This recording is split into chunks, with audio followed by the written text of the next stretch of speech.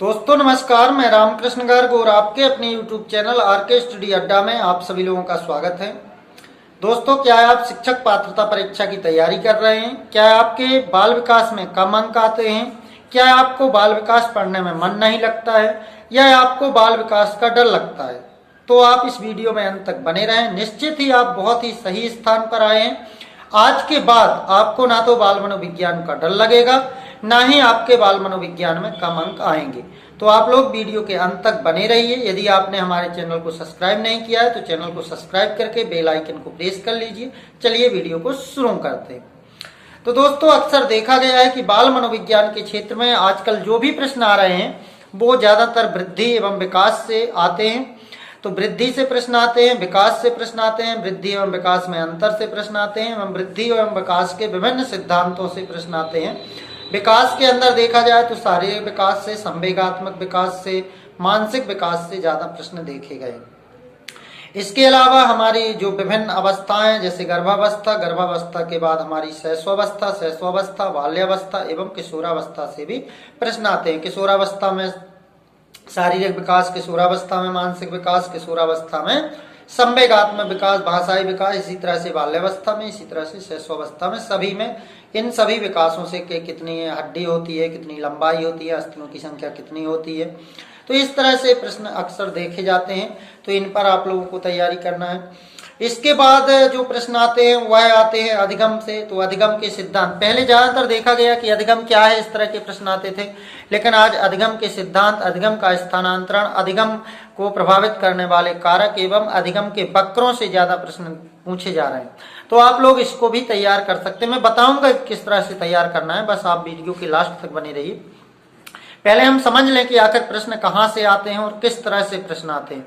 तो दोस्तों, इसके बाद जो हमारे प्रश्न आते हैं वो यदि देखा जाए तो ज्यादातर हमारे प्रश्न आते हैं बुद्धि से। तो बुद्धि के प्रकार आप लोगों को ध्यान में रखना है, बुद्धि के सिद्धांत आप लोगों को ध्यान में रखना है और बुद्धि परीक्षण को भी आप लोगों को ध्यान में रखना है। इसके अलावा बुद्धि लब्धि का सूत्र किसने दिया और किस प्रकार के बालक, जैसे प्रतिभाशाली बालक, सामान्य बालक, मंद बुद्धि बालक, इस तरह के भी प्रश्न आते हैं। जेंडर से भी कुछ प्रश्न पूछे जाते हैं। विविध आवश्यकता वाले बच्चे, जैसे कि विशिष्ट बालक जो हमारे होते हैं, सामान्य रूप से पिछड़े बालक जो होते हैं, अपराधी बालक होते हैं, इनसे भी अक्सर प्रश्न पूछे जाते हैं। तो इस पर भी आप लोग तैयारी कर सकते हैं। इसके बाद व्यक्तित्व से प्रश्न आते हैं। तो व्यक्तित्व में व्यक्तित्व के प्रकार में व्यक्तित्व परीक्षण की विधियां, इन दो टॉपिकों से ज्यादा प्रश्न आते हैं। तो इन दो टॉपिकों को आपको ज्यादा ध्यान में रखना है।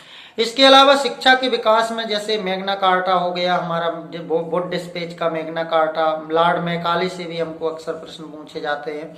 इसके अलावा 1986 की शिक्षा नीति, 2005 एनसीएफ 2005 और हमारे एनसीएफ 2005 के बाद जो पूछा जाता है वो पूछा जाता है ज्यादातर शिक्षा का अधिकार अधिनियम 2010। तो इस पर भी आप लोगों को सरसरी निगाह डाल लेना है, ज्यादा मेहनत से नहीं पढ़ना है, बस एक बार आप पूरा टॉपिक समझ के पढ़िए। क्या होता था कि पहले जो हमारे थ्योरी पर आधारित प्रश्न आते थे, आज के समय में जो देखा गया वो समझ पर आधारित प्रश्न ज्यादा आने लगे। तो आप लोग समझ पर आधारित प्रश्नों को देखिए।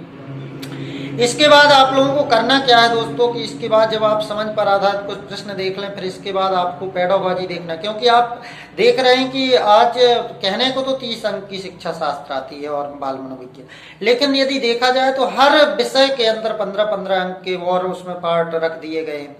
तो इस तरह से कुल मिलाकर के आपका आधा हो जाता है बाल मनोविज्ञान और आधा रहता है संपूर्ण सब्जेक्ट।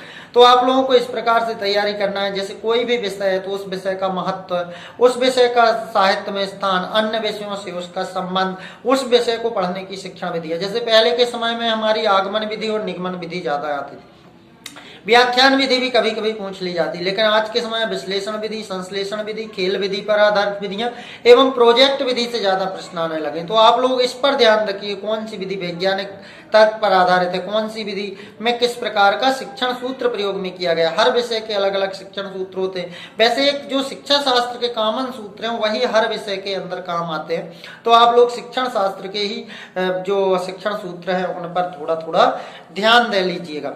इसके अलावा जब हम आगे बढ़ते हैं तो हमको क्या तैयार करना है, हमको मूल्यांकन के प्रकारों को तैयार कर लेना है। इसके बाद हमको परीक्षण को तैयार करना है। तो इन सब चीजों को आप सिंपल तरीके से तैयार कर सकते हैं। जब आपका इतना सब कुछ तैयार हो जाए तो आपको क्या करना है कि छोटी छोटी टेस्ट सीरीज लगाना है, कुछ निश्चित प्रश्नों की क्विज कर लेना है तैयार, उन क्विज को आप लोगों को हल करने का प्रयास करना है। तो इससे क्या होगा कि आपकी स्पीड तेज हो जाती है। तो दोस्तों इन सब टॉपिकों को जब अपन कवर कर लेते हैं तो फिर आपको क्या करना है कि किसी भी विषय है उसका विषय का अन्य विषयों के साथ संबंध तैयार करना है, स्मृति को तैयार कर लेना है, विस्मृति को तैयार कर लेना है। अभिप्रेरणा टॉपिक से मैंने देखा है, अभिप्रेरणा टॉपिक से अक्सर प्रश्न आता रहता है। सकारात्मक अभिप्रेरणा से ज्यादा प्रश्न आते हैं, नकारात्मक अभिप्रेरणा से कम आते हैं। आपको संघर्ष, द्वंद्व, तनाव और इसके अलावा भग्नाशा, कुंठा, इन पर भी आप लोगों को प्रश्न आ सकते हैं। तो इन पर भी आप लोगों को ध्यान में देना है। रक्षात्मक युक्तियों को भी थोड़ा बहुत आप लोग पलटा लीजिए। इतना सब करने के लिए आपको क्या करना पड़ेगा दोस्तों कि इतना सब करने के लिए आपको इनको सरसरी निगाह से पढ़ना पड़ेगा। लेकिन हमारे सामने समस्या एक है कि यह एक ही पुस्तक में हमको इकट्ठा मिलता नहीं, और यदि मिलता है तो उस पुस्तक का आकार इतना विशाल हो जाता है कि हम उसको पढ़ ही नहीं पाते या उसकी भाषा नीरस होती है। तो दोस्तों इसके लिए मैंने बताया था कि वीडियो के अंत में आप लोगों को मैं तरीका बताऊंगा। तो इसका सिर्फ तरीका दोस्तों इतना है कि आप लोगों के लिए मैंने अपने ब्लॉग पर स्टेप बाय स्टेप प्रत्येक टॉपिक को परीक्षा के पर्पज से तैयार किया है दोस्तों। और उसमें क्या किया है कि उसमें आपको सबसे पहले उसकी परिभाषाएं, इसके बाद उसका अर्थ, इसके बाद उसके प्रकार और उस संबंधित टॉपिक से आने वाले कुछ महत्वपूर्ण पार्ट उसमें भरे हुए हैं, और उसके कुछ प्रश्न भी आप लोगों के लिए मैंने अपने ब्लॉग पर लिखे हुए हैं।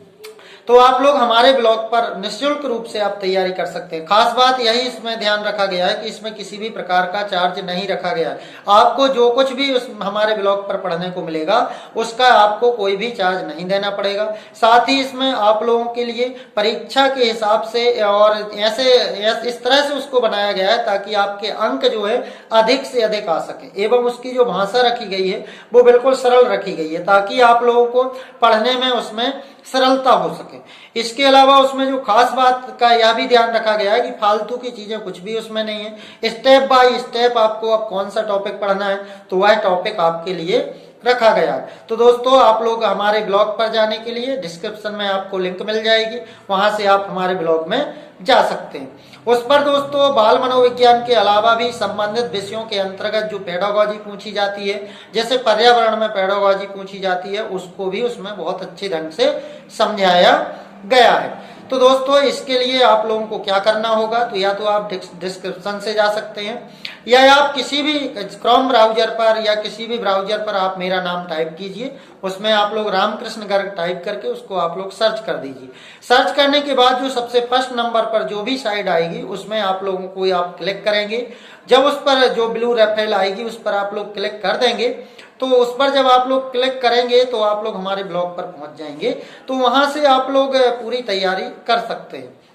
दोस्तों इतना करने के बाद आप लोगों को यदि और भी जैसे गणित का, शिक्षा शास्त्र, इन समस्त चीजों के यदि वीडियो देखना है तो इसके लिए आपको क्या करना होगा कि आप हमारे चैनल को सब्सक्राइब करके बेल आइकन को प्रेस कर लीजिए, क्योंकि अभी हम गणित का शिक्षा शास्त्र एवं हिंदी के शिक्षा शास्त्र पर बहुत सारी वीडियो अपलोड करने वाले हैं।